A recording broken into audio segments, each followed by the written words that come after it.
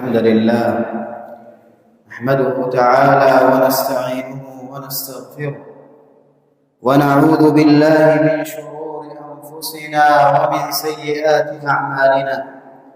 من يهده الله فلا مضل له ومن يضلل فلا هادي له، وأشهد أن لا إله إلا الله وحده لا شريك له، وأشهد أن محمدًا عبده ورسوله صلى الله عليه وعلى آله وصحبه وسلم. يا أيها الذين آمنوا اتقوا الله حق تقاته ولا تموتن إلا وأنتم مسلمون. يا أيها الناس اتقوا ربكم الذي خلقكم من نفس واحدة وخلق منها زوجها وبث منهما رجالا كثيرا ونساء، واتقوا الله الذي تساءلون به والأرحام إن الله كان عليكم رقيبا. يا أيها الذين آمنوا اتقوا الله وقولوا قولا سديدا يصلح لكم أعمالكم ويغفر لكم ذنوبكم، ومن يطع الله ورسوله فقد فاز فوزا عظيما. أما بعد، معاشر المسلمين، اعلموا أن خير الكلام هو كتاب الله عز وجل، وخير الهدي هدي محمد صلى الله عليه وعلى آله وصحبه وسلم، وشر الأمور محدثاتها، وكل محدثة بدعة، وكل بدعة ضلالة، وكل ضلالة في النار. وإنما توعدون لآت وما أنتم بمعجزين. أيها الناس، تعلمون أن القرآن هو كتاب الله عز وجل ومعجزته الخالدة، أنزله الله على نبينا محمد صلى الله عليه وسلم حجة له على قومه. فالنبي صلى الله عليه وسلم لما بعثه الله عز وجل وأيده بالقرآن الكريم، بدأ المشركون يشككون في النبي ويتهمونه تارة بالسحر، وتارة بالكهانة، وتارة بالجنون. فأنزل الله عز وجل، فتحدى الله عز وجل هؤلاء المشركون وهؤلاء الكفار، تحداهم بالقرآن الكريم. فقد تحداهم الله عز وجل أن يأتوا ب10 سور مثل هذا القرآن فما استطاعوا. قال الله تعالى: أم يقولون افتراه قل فأتوا ب10 سور مثله وادعوا من استطعتم من دون الله إن كنتم صادقين. قل فأتوا ب10 سور مثله مفتريات. ثم تحداهم الله عز وجل أن يأتوا بسورة واحدة فلم يستطيعوا. أم يقولون افتراه قل فأتوا بسورة مثله. ثم تحداهم الله عز وجل أن يأتوا بحديث واحد بآية واحدة فما استطاعوا. قال الله عز وجل: فليأتوا بحديث مثله إن كانوا صادقين. إذن فالقرآن كلام الله عز وجل الذي تحدى به الكفار والمشركين، وقد حفظه الله عز وجل. قال الله عز وجل: إنا نحن نزلنا الذكر وإنا له لحافظون. فحفظه الله عز وجل من التحريف والتبديل. فقد الكتب التي كانت من قبلنا كالتوراة والإنجيل عرضت للتحريف والتبديل، فقد حرفها اليهود والنصارى واتبعوا أهواءهم، فأبقوا الآيات التي تناسبهم وتخدم أهواءهم، وحرفوا الآيات التي تأمرهم وتنهاهم. أما كتابنا الكريم فقد تعهده الله تعالى بالحفظ، حتى أن رجلا من اليهود حاول تحريف القرآن الكريم وكان خطه جميلا، فنسخ 3 نسخ من القرآن وغير فيها وبدل وحذف فيها وزاد، ثم قدم هذا القرآن إلى النساخ وإلى أصحاب المطابع، فبمجرد أن قرأوه عرفوا أنه مغير فأحرقوه أو ردوه عليه. فعلم هذا اليهودي أن هذا القرآن محفوظ من عند الله عز وجل، فقد سخر الله له عز وجل علماء خدموا هذا القرآن، فمن العلماء من ألف في تفسير القرآن الكريم، ومنهم من ألف في رسمه، ومنهم من ألف في مكيه ومدنيه، ومنهم من ألف في ناسخه ومنسوخه، ومنهم من ألف في أسباب نزوله، ومنهم من ألف في الأحكام المستنبطة منه، فخدموا القرآن أشد خدمة. فالقرآن كلام الله محفوظ غير قابل للتبديل ولا للتأويل. أيها المسلمون، إن هذا القرآن فيه فضائل كثيرة ومنافع كثيرة. قال الله عز وجل: إن هذا القرآن يهدي للتي هي أقوم ويبشر المؤمنين الذين يعملون الصالحات أن لهم أجرا كبيرا وأن الذين لا يؤمنون بالآخرة أعتدنا لهم عذابا أليما. هذا القرآن يهدي للتي هي أقوم، أي لأحسن الطرق، فما من خير إلا ودلنا عليه، وما من شر إلا وحذرنا منه. هذا القرآن فيه شفاء ورحمة للمؤمنين. قال الله عز وجل: وننزل من القرآن ما هو شفاء ورحمة للمؤمنين ولا يزيد الظالمين إلا خسارا. فيه شفاء للقلوب، يشفي القلوب من الشرك ومن النفاق ومن التشكيك ومن الأمراض القلبية. وفيه شفاء للبدن، فبالقرآن الكريم فبالرقية يذهب الله عز وجل عن المسلم آفات كثيرة وأمراض كثيرة، فالقرآن يستشفى به من جميع الأمراض. أيها المسلمون، إن هذا القرآن قد وصفه الله تعالى بالعلو والرفعة. قال الله عز وجل: وإنه في أم الكتاب لدينا لعلي حكيم. وفي هذا القرآن راحة للقلوب وحياة للقلوب. قال الله عز وجل: الذين آمنوا وتطمئن قلوبهم بذكر الله، ألا بذكر الله تطمئن القلوب. فيا أيها المهموم ويا أيها المغموم، يا من ألمت بك المصائب، يا من ألمت بك الفتن والمشاكل، عليك بالقرآن الكريم. القرآن الكريم فيه شفاء للروح، فيه راحة للقلوب. ألا بذكر الله تطمئن القلوب. أيها المسلمون، وفي القرآن الكريم فضائل كثيرة، فضائل في قراءته، فالمسلم يجد الثواب العظيم عند قراءته للقرآن الكريم وعند تدبره للقرآن الكريم.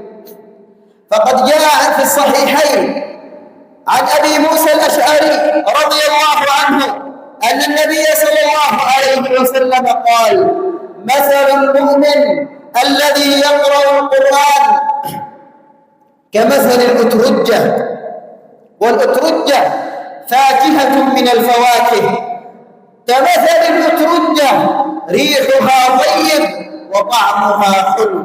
ومثل المؤمن كمثل التمرة لا ريح لها وطعمها حلو. ومثل المنافق الذي يقرأ القرآن كمثل الريحانة ريحها طيب طعمها مر. ومثل المنافق الذي لا يقرأ القرآن كمثل الحنظلة لا ريح لها وطعمها مر. ففي هذا الحديث العظيم يبين لنا النبي صلى الله عليه وسلم فضل المؤمن الذي يقرأ القرآن، المؤمن الموحد الذي لا يشرك بالله شيئا ولا يدعو مع الله إلها آخر، الذي لا يتقرب إلا لله ولا يتضرع إلا لله ولا يذبح إلا لله ولا ينذر إلا لله عز وجل. المؤمن الموحد الذي لا يذهب إلى القبور وإلى الأموات ليطلب منهم الشفاء وليطلب منهم الولد. المؤمن الموحد الذي يعلم أن الله هو الذي ينفعه وأن الله هو الذي يضره. المؤمن الذي يقرأ القرآن كمثل الأترجة، أفضل الفواكه الأترجة ريحها طيب وطعمها حلو. الرائحة تدل على الشيء الظاهر والطعم يدل على الشيء الباطن. فالمؤمن الذي يقرأ القرآن ظاهره وباطنه طيب. أما المؤمن الذي لا يقرأ القرآن مثله مثل التمرة، التمر لا ريح له وطعمه حلو. فالمؤمن الذي لا يقرأ القرآن ظاهره سيء لأنه لا يقرأ القرآن وباطنه طيب لأنه موحد لله عز وجل. أما المنافق الذي يقرأ القرآن، المنافق الذي يظهر الإسلام ويبطن الكفر، هذا المنافق الذي يقرأ القرآن مثله مثل الريحانة، نوع من الزهور ريحه طيب لكن طعمه مر. ظاهره للناس أنه مؤمن ولكن باطنه خبيث وكافر. والمنافق الذي لا يقرأ القرآن كمثل الحنظلة، أسوأ أنواع الثمار لا ريح لها وطعمها مر، ظاهره سيء وباطنه سيء. إذن أيها المسلمون فلنكن من المؤمنين الذين يقرؤون القرآن. والقرآن الكريم فيه رفعة للمسلم، فيه رفعة للمسلم، علو للمسلم في الدنيا والآخرة. فقد روى ابن ماجه من حديث أمير المؤمنين عمر بن الخطاب رضي الله عنه أن النبي صلى الله عليه وسلم قال: إن الله يرفع بهذا الكتاب أقواما ويضع به آخرين. هذا القرآن يرفع صاحبه في الدنيا والآخرة. والذي يهجر القرآن ولا يقرأ القرآن فهذا وضيع في الدنيا والآخرة. وحادثة هذه القصة وسبب هذه القصة أن أمير المؤمنين استعمل على مكة نافع بن عبد الحارث، كان أميرا على مكة. فخرج هذا الأمير ولقي أمير المؤمنين عمر بن الخطاب بعسفان، فقال له أمير المؤمنين: على من وليت أهلك؟ من وليت على أهل مكة؟ أي من تركت أميرا على أهل مكة؟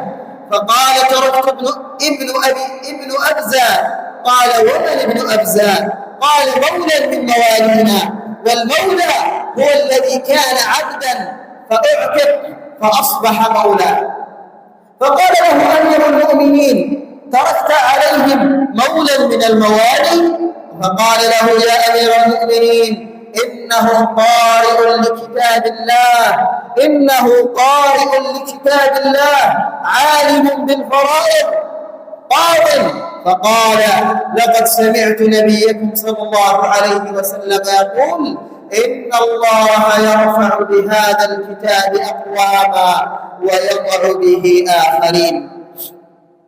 نعم أيها المسلم، وهكذا القرآن الكريم نور للعبد في الدنيا وذكر له في السماء. القرآن ينور حياتك، ينور طريقك، نور لك في الدنيا وذكر لك في السماء. أهل السماء يذكرونك ويرددون اسمك، فلان ابن فلان قارئ لكتاب الله عز وجل.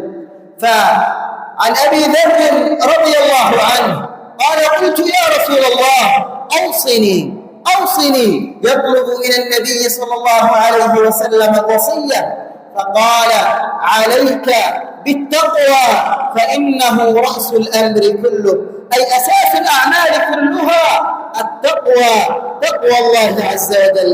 فقال: زدني، أي زدني وصايا. قال: عليك بتلاوة القرآن فإنه نور لك في الدنيا وذكر لك في السماء. نعم، المؤمن ينير طريقه بالقرآن الكريم في الدنيا والآخرة. قال الله تعالى: يوم يقول المنافقون والمنافقات للذين آمنوا انظرونا نقتبس من نوركم قيل ارجعوا وراءكم فالتمسوا نورا. نعم، القرآن ينور لك الطريق في تلك الشدائد العظيمة عندما تعبر الصراط المظلم، فالقرآن هناك يخدمك وينير لك الطريق. فالمنافقون يقولون للمؤمنين: انظرونا نقتبس من نوركم، أي انتظرونا نرى الطريق بنوركم التي بين أيديكم ومن خلفكم. لكن قيل لهم: ارجعوا وراءكم فالتمسوا نورا. هل تستطيعون أن ترجعوا إلى الدنيا فتؤمنون بالله عز وجل وتوحدون الله عز وجل وتقرؤون كتاب الله عز وجل وتعملون بكتاب الله عز وجل؟ لكن لا يستطيعون. إذن أيها المسلمون، علينا أن نتمسك بهذا الكتاب العظيم وأن نقرأه آناء الليل وآناء النهار.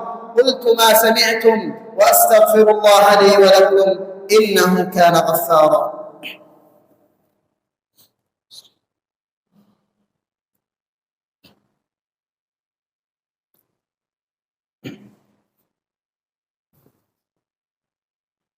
الحمد لله رب العالمين، وأصلي وأسلم على المبعوث رحمة للعالمين وعلى آله وصحبه وسلم تسليما كثيرا إلى يوم الدين. أيها المؤمنون، فقد جاء عن أمير المؤمنين عثمان بن عفان رضي الله عنه أن النبي صلى الله عليه وسلم قال: خيركم من تعلم القرآن وعلمه. خيركم أي أفضلكم وأحسنكم من تعلم القرآن وعلمه. إذن الأفضلية لمن تعلم كتاب الله عز وجل وعلمه، والفضائل في أمور كثيرة. فقارئ القرآن أحق أن يصلي بالناس لأنه معه كتاب الله. قارئ القرآن أحق أن يكون أميراً أو قاضياً للمسلمين لأنه قارئ لكتاب الله ويعلم بما فيه. فالقرآن فيه كثير من الأحكام التي تفيد المسلمين. وهكذا من فضائل القرآن أن صاحب القرآن يقدم في قبره إذا اجتمع مسلمان وأراد المسلمون أن يدفنوهم، فقارئ القرآن يقدم في اللحد.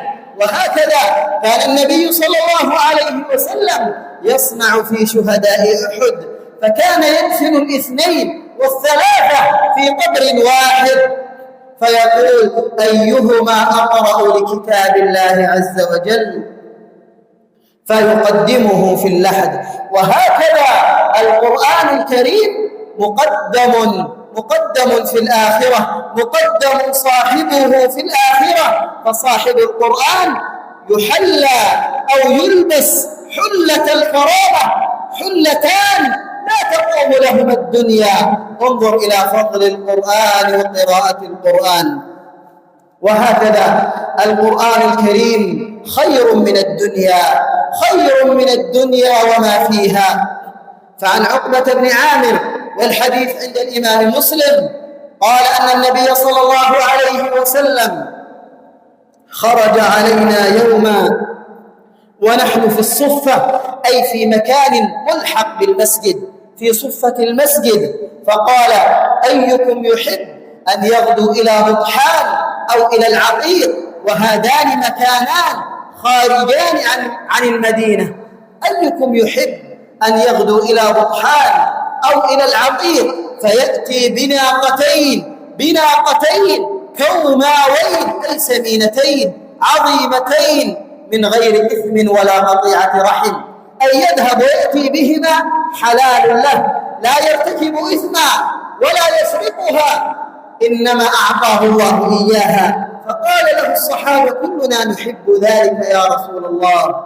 فقال: أفلا يغدو أحدكم إلى المسجد فيتعلم آيتين أو يقرأ آيتين من كتاب الله خير له من ناقتين، وثلاث، أي 3 آيات خير له من 3، وأربع خير له من 4، ومن أعدادهن من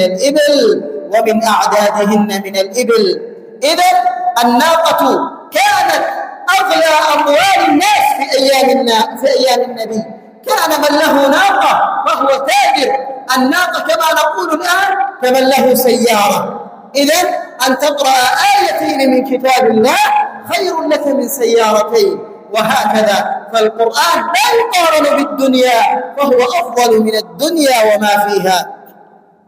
وهكذا جاء من حديث ابن مسعود عند الإمام الترمذي أن النبي صلى الله عليه وسلم قال: من قرأ حرفا من كتاب الله فله حسنة، والحسنة ب10 أمثالها. لا أقول ألف لام ميم حرف، ولكن ألف حرف ولام حرف وميم حرف، فبكل حرف تقرأه من كتاب الله عز وجل لك به حسنة، والحسنة ب10 أمثالها إلى 700 ضعف، إلى أضعاف كثيرة، والله يضاعف لمن يشاء. انظر فتأمل يا عبد الله، لو أنك قرأت فقط صفحة من كتاب الله عز وجل، كم لك من الحسنات، كم لك من الأجور. ماذا لو قرأت جزءا واحدا،